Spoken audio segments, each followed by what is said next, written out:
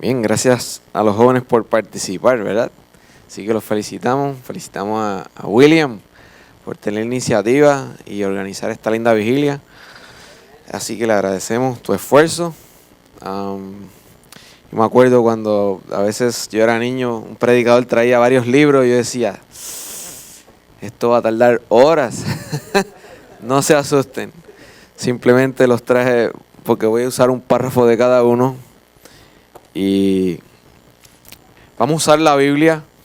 Voy a ser breve, pero necesito que usemos la Biblia para que podamos ver el recorrido. A mí me tocó el tema de la persecución, pero vamos a terminar con la liberación, obviamente. Y de momento me puse a pensar, bueno, ¿qué hablar de la persecución? Cuando pues ya la Biblia dice que tú y yo vamos a ser perseguidos por nuestra fe. Pero quise entonces ver por qué existe una persecución, ¿verdad? Y cómo se ha manifestado esa persecución en el pueblo de Dios, no solamente al final, sino cómo se ha manifestado antes, durante la historia del pueblo de Dios en esta tierra. Pero escuche, vamos a comenzar esta parte leyendo del conflicto de los siglos, los primeros dos párrafos del capítulo 41. Conflicto de los siglos, capítulo 41, los primeros dos párrafos, y dice así.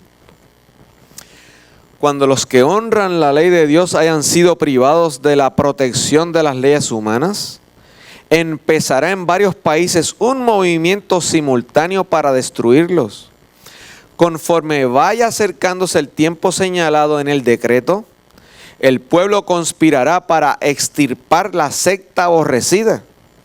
Se convendrá en dar una noche el golpe decisivo, que reducirá completamente al silencio la voz disidente y reprensora.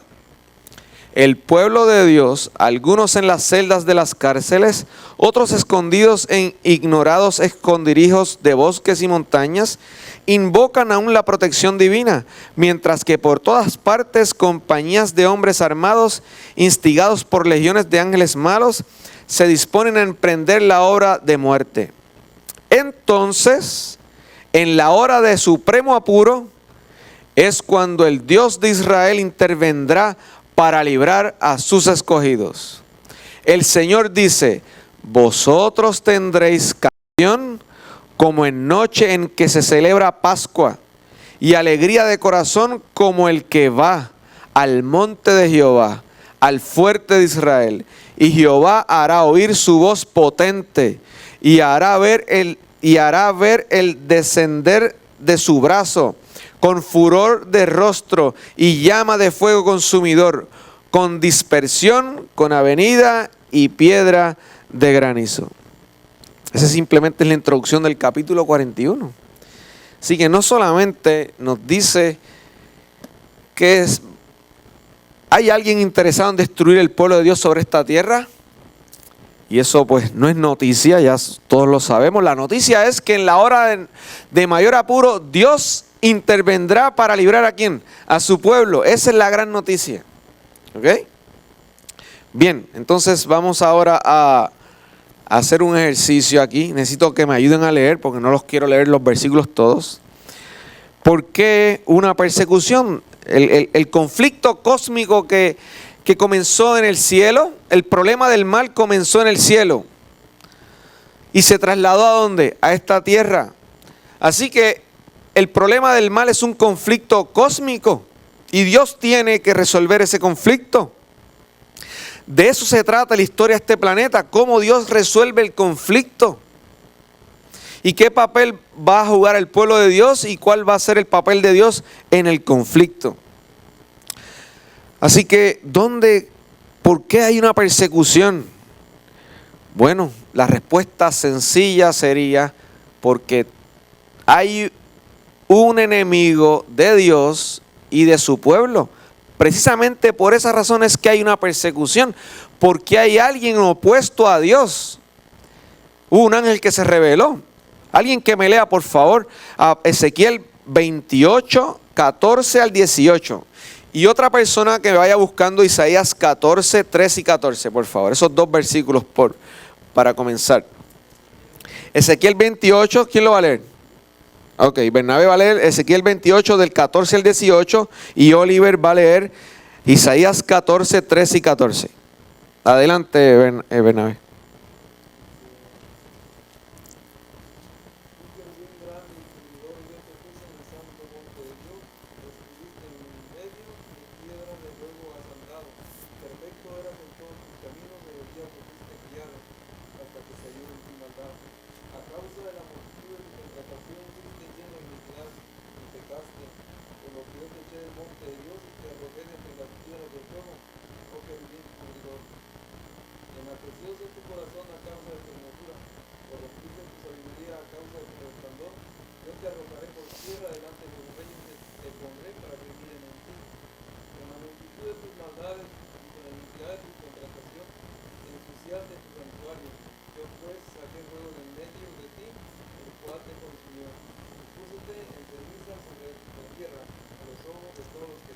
Gracias. Así que todo comenzó con un querubín que se enalteció y se rebeló, ¿verdad? Se rebeló, hubo una rebelión en el cielo.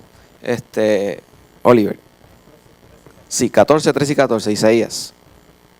Dice, tú que decías en tu corazón, subiré al cielo en lo alto, por encima de las estrellas, de Dios levantaré mi trono, en el monte de la reunión. Al lado norte me sentaré, sobre las altas nubes subiré y seré semejante al Altísimo.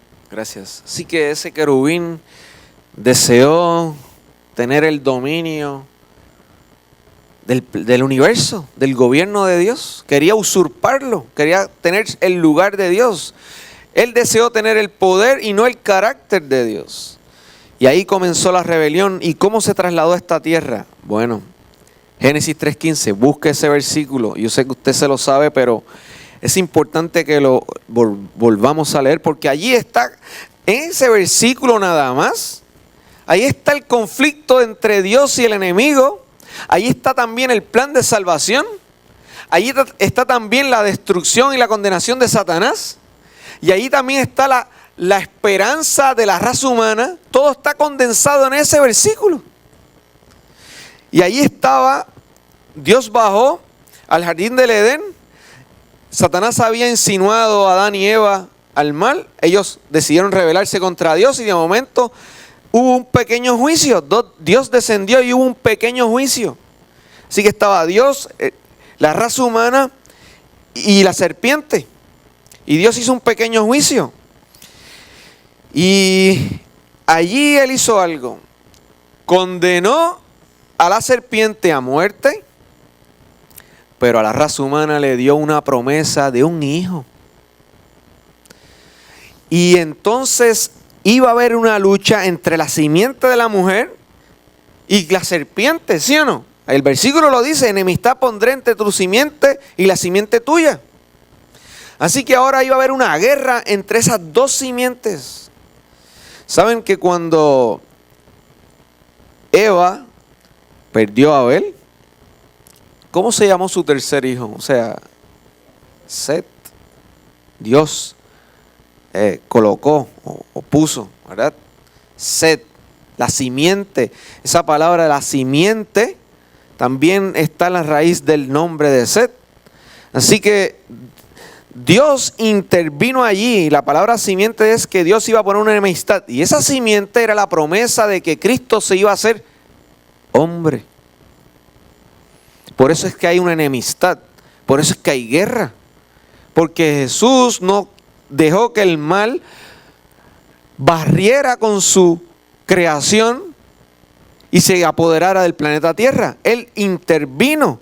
Y por eso hay una enemistad hasta el día de hoy. Hay una guerra. Por eso el Espíritu Santo todavía no deja, todavía se manifiesta para que el corazón del hombre sea atraído a Dios y pueda vencer por su gracia y por su amor. Así que en Génesis 3:15 está la promesa, pero allí comenzó la lucha. Satanás se enteró por primera vez que iba a venir una simiente que lo iba a destruir. Y él sabía muy bien que el único que lo podía destruir era un ser superior a él, porque él ya había vencido la raza humana. Así que por primera vez Satanás está escuchando la respuesta que Dios tenía a la situación de emergencia. Él ni sabía cómo Dios iba a responder a esa emergencia. Él pensó que él había ganado, pero ahora se enteró que alguien iba a venir y lo iba a vencer. Así que él se enteró que iba a ser Dios mismo el que iba a venir. Y él dijo, no te apures, cuando tú llegues a esta tierra, que este es mi territorio, yo te voy a vencer. Y Satanás comenzó la persecución desde el principio. Ok, vamos entonces simplemente por repasar. En Éxodo, no fue nuestra lectura bíblica, Éxodo 5:2, cuando Dios mandó a Moisés y a Aarón ante Faraón diciéndole, deja ir a mi pueblo Israel para que me sirva y me adore. Y yo les pregunto, al fin del tiempo, ¿cuál va a ser el asunto en discordia? ¿Cuál va a ser el asunto que se va a dilucidar en el tiempo final? El asunto de adoración y obediencia, ¿sí o no? Ese va a ser el asunto. Satanás siempre ha querido la adoración de la raza humana, pero él lo hace por la fuerza.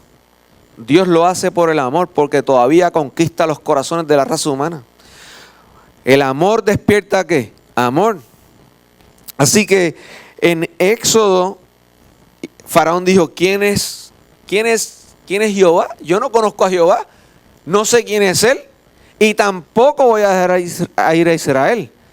¿Por qué Satanás estaba tratando de destruir al pueblo de Dios? Porque sabía que de parte del pueblo de Dios vendría el Mesías.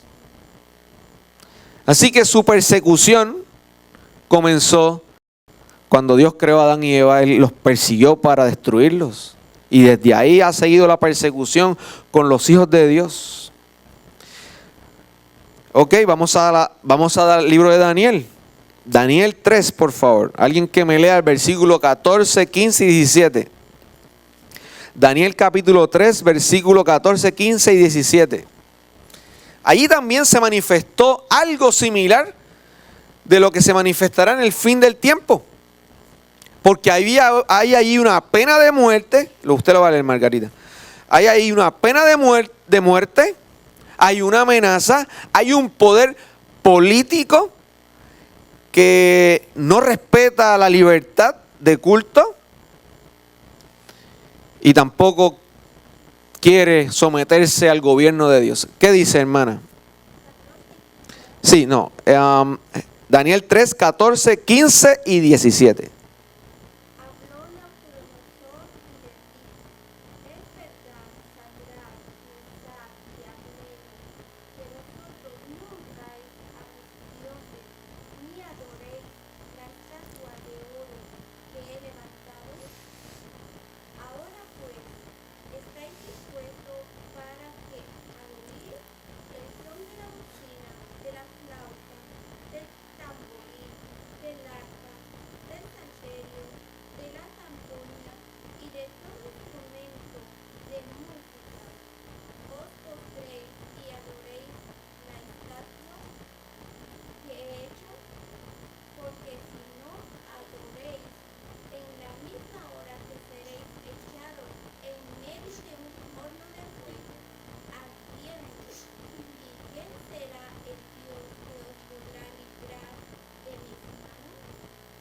Versículo 17.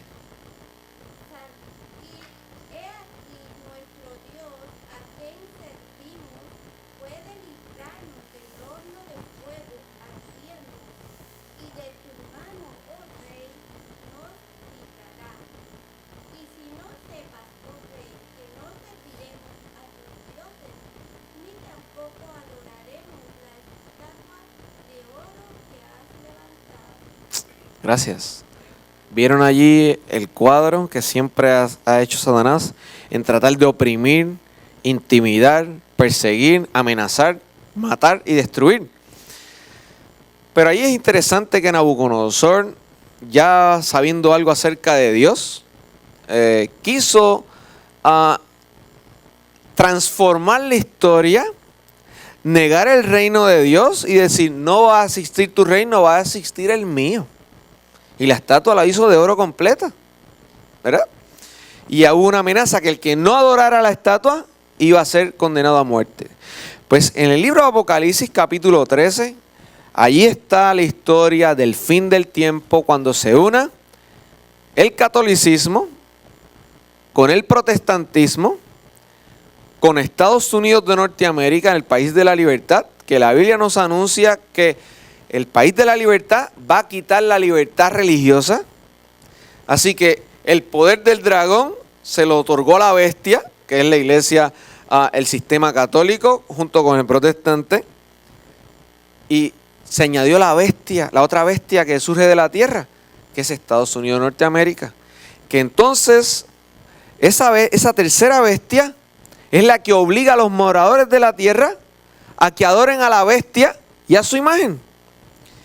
Pero hay una pena de muerte, como lo había cuando Nabucodonosor era el rey de Babilonia. Había una pena de muerte. El que no adorara a la imagen iba al horno de fuego. Siempre es más fácil inclinarse delante de algo visual versus un Dios que no se ha visto. Pero tú y yo lo conocemos porque se nos reveló a través de Cristo y de las Sagradas Escrituras. Es el Dios creador. Y esos tres jóvenes, esos cuatro jóvenes, esos tres jóvenes no conocían al Dios invisible y tenían una relación con Él y lo conocían tan bien que decidieron adorarlo a Él hasta el final. Y fueron obedientes. 3 versículos más y con esto terminamos. Apocalipsis al final describe exactamente lo que ocurrió en Daniel capítulo 3 versículo 17, cuando los jóvenes les dijeron: nosotros no te tenemos que decir,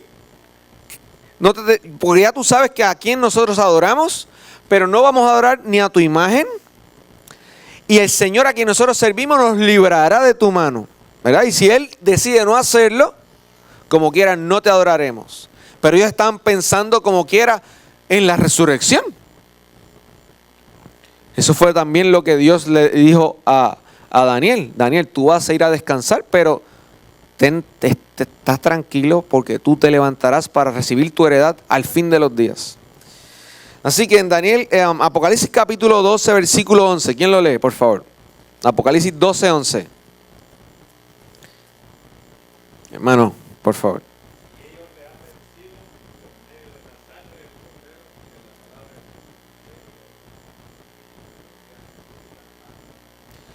Hay un pueblo al final de la historia que vence por encima de la persecución.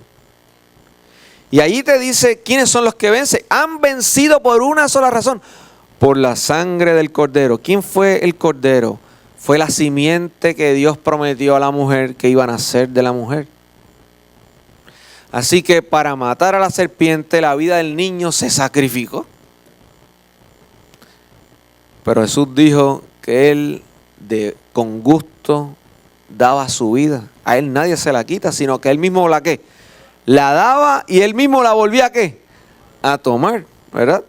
Así que por la sangre del Cordero hay un pueblo al final de la historia que vence al enemigo por encima de cualquier persecución.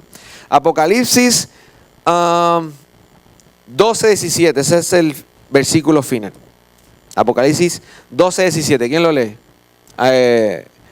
Orlando. Entonces el dragón se airó contra la mujer y fue a combatir al resto de sus hijos, los que guardan los mandamientos de Dios y tienen el testimonio de Jesús. ¿Cuál es la descripción de ese pueblo que vence?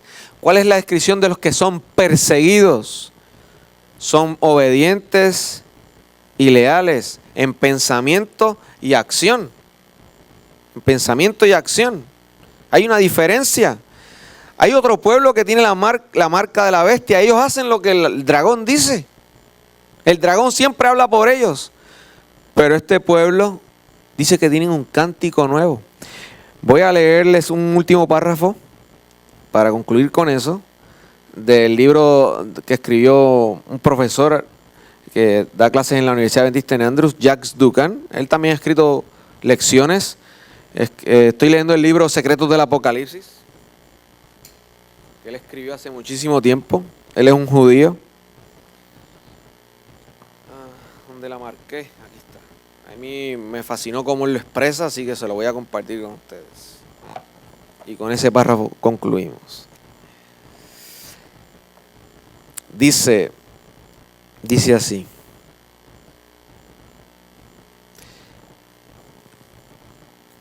El pueblo de Dios y el pueblo del dragón se diferencian por sus acciones y sus actitudes. Los seguidores del dragón son como robots, ni siquiera hablan. La bestia habla por ellos. Su mayor preocupación es material y económica. Su objetivo es el éxito y el reconocimiento mundanal.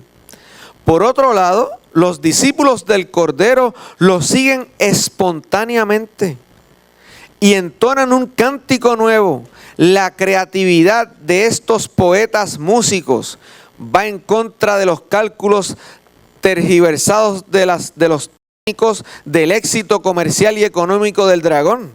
La vida, la imaginación y la búsqueda de la aventura y del descubrimiento se enfrentan a la muerte y al aburrimiento de los conspiradores del éxito material.